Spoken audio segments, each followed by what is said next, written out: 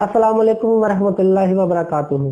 नाजरीन, दावत व इस्लाम मुस्लिम मसीह मकालमा की तरफ से मैं उस्मान अहमद अवैध अख्तर साहब के साथ एक बार फिर आपकी खिदमत में हाजिर हूँ। कफारा के मौजू पे होने वाला मनाजरा का इल्मी पोस्टमार्टम जारी है। आज हम शफीक कंवर साहब के एक और बयान पर तबसरा करेंगे। सबसे पहले तो आप नाजरीन ये वीडियो क्लिप देखिए, इसके बाद हम इस वीडियो क्लिप पर अपना तबसरा बयान करेंगे। ऐसे सर, आपने कहा कि चूंकि अगर आदम अलैहिस्सलाम और हव्वा अलैहिस्सलाम को जन्नत से निकाल दिया गया था तो तौबा के बाद उनको दोबारा दाखिल क्यों नहीं किया?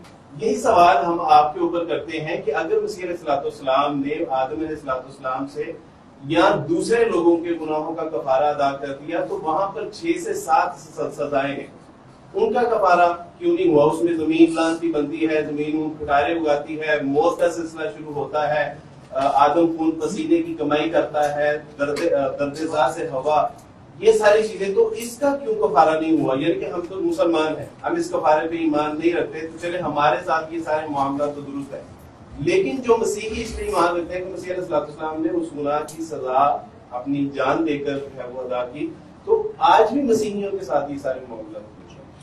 ये एक्चुअली ये बात तो हमारी डिबेट के अंदर क्लियर हो चुकी थी, आपने उसको रीफ्रेज करके पूछ लिया। ये हम कर चुके हैं कि देखें, ओल्ड टेस्टामेंट के अंदर जितने लोग भी निजात उन्होंने पाई है वो भी मसीह के कफारे को पेशतर से जानते थे। हजरत इब्राहिम भी मसीह के कफारे को जानते थे, उनको गुड न्यूज सुनाई जा चुकी थी उसी वक्त। और जो मैंने एंड में हवाला एक पढ़ा था जो मैं टाइम की वजह से पूरा नहीं पढ़ सका, मैं यही तो बता रहा था कि ये सब ओल्ड टेस्टामेंट के लोग हैं, बट इब्रानियों के खत ने उसको कहा कि ये ईमान के हीरोज हैं और ईमान वो यीशु मसीह की जात पर उसके कफारे पर ही रखते थे। और जो ओल्ड टेस्टामेंट में भी जिसने उस कफारे पर उम्मीद लगाई और उसको माना उसकी निजात है।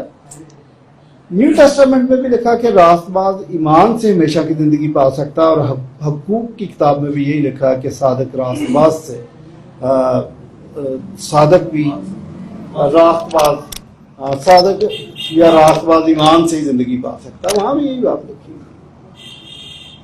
सर वो सजाएं क्या चीज जो सजाएं किन को क्लियर नहीं वापस मैं क्लियर कर देता हूँ। आदम और हव्वा को और उसके आगे सारे उससे जिनको सजा मिली, मैं इसको आंसर कर चुका हूं कि खुदा भूला नहीं है कि इस माहौल को वापस 0 मीटर पे नहीं करना। अब आप रिकॉल करेंगे कि ये बात मैं कर चुका हूं, लेकिन मैंने कहा कि दुनिया की सारी मखलूकात, उसमें इंसान, जानवर, पौधे भी शामिल है, वो करा रहे हैं, दर्देजे में करा रहे हैं कि जैसे जैसे दुनिया में खुदा के बेटों की तादाद बढ़ेगी और खुदा के बेटे मसीह पर ईमान लाने से बनते हैं, तो ये मखलूकात भी उस दर्द-ए-ज़े से छूट जाएगी। तो खुदा के सिस्टम में ये चीज़ें हैं, प्लान में हैं। तो जैसे जैसे आप दुआ करें, हो सकता है आपकी ज़िंदगी में ही पूरी दुनिया के अंदर क्रिश्चियंस की तादाद इतनी हो जाए कि वो माहौल जो बागे अदन का दोबारा से बहाल हो जाए, तो आप अपनी आंखों से देख सकें।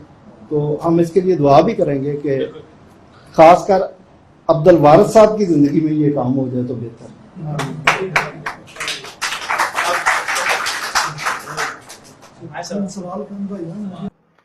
जी अवैध भाई, अब्दुल वारिस गिल साहब ने मोहतरम पादरी शफीक कंवर साहब से जो सवाल किया था, इसके दिए गए जवाब से आप मुतमईन हैं क्या? इस पर आप क्या कहते हैं? जी बहुत शुक्रिया उस्मान भाई।